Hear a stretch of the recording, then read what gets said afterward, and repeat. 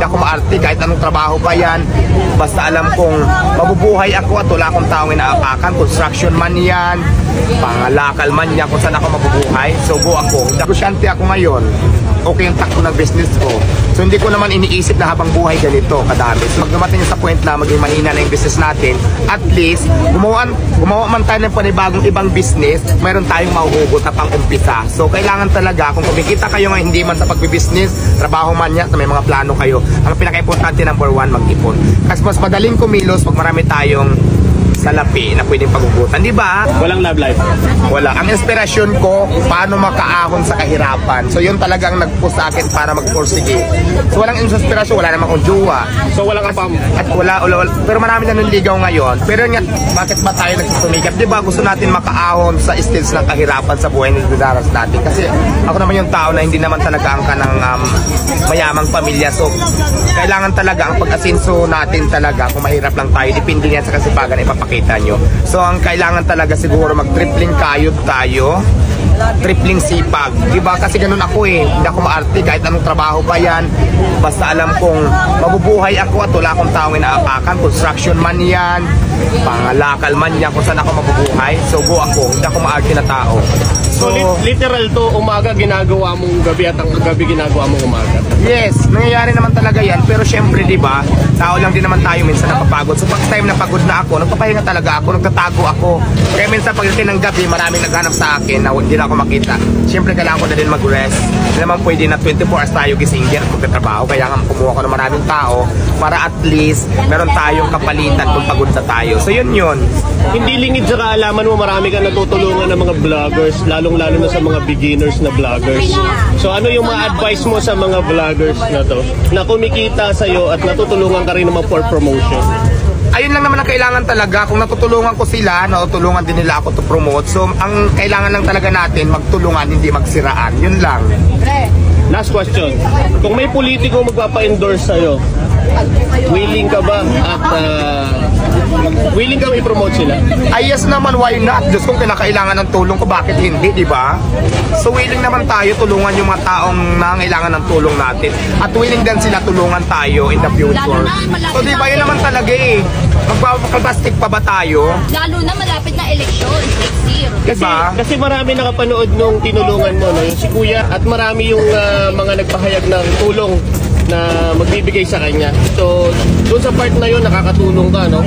Ano yung pwede nating gawin sa mga kababayan natin, advices para sa buhay nila na marating nila yung narating mo ngayon? Yun nga, di ba sinabi ko rin, magsipag, mag-tripling sipag, huwag maging tamad. At syempre, kailangan talaga ng buwan mag-ipon habang kumikita ng pera. Kasi di ba, para pagdating ng araw, for example, negosyante ako ngayon, okay yung takbo ng business ko.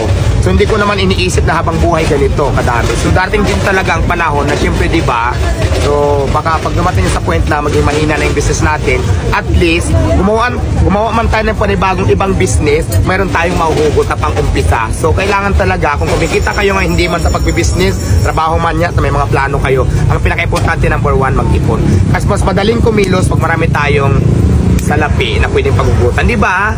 Sa mga tao na walang ginawa kundi mag-down ng mga kapwa nila at ayaw nila nakakakita ng mga taong umaasenso, ano ang iyong mensahe? Alam mo, sa totoo lang, masarap pa rin talaga gumawa. Masarap pa rin talaga magpakabuti kaysa gumawa ng masama. Sa totoo lang, subukan nyo maging mabuti naman. Kasi habang hindi po huli ang lahat, habang may chance pa tayo para magbago, doon sa mga ugali nating masama, pwede pa naman natin baguhin yan eh. Hanggang may pagkakataon pa. Subukan nyo naman minsan maging mabait. So yun lang. May mga sarili na akong riders. Wow. Saka may sarili kang apps, di ba? ICTV. ICT, yeah. Ayun sa mga... So yung gagawa ka sariling website for Iwata, the riders. Mag-aaral muna ako mag-computer. Hindi ako marunong.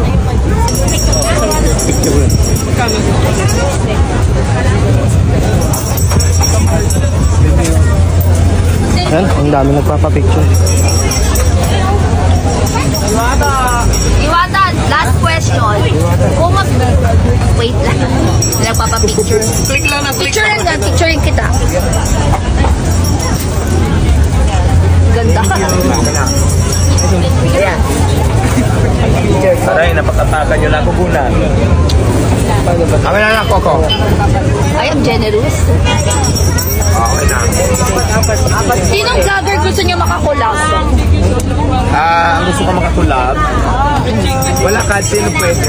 Yung how about celebrity na pag may content sa channel? Any one of us, sa lahat ng gusto makipagkulab sa akin, welcome. Yan na kayo. Parang nakikita kita sa TikTok. TikTokera ka ba?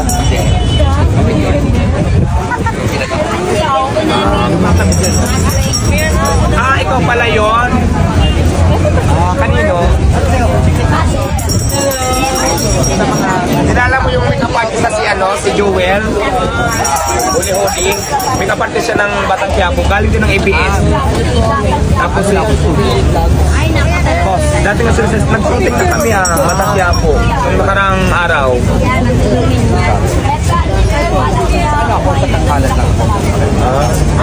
Nag-shootan din ako Q&A. Oo nga. Sa lahat po na gusto pumunta dito sa Diwata Paris Overload ay 24 hours pa rin tayo bukas.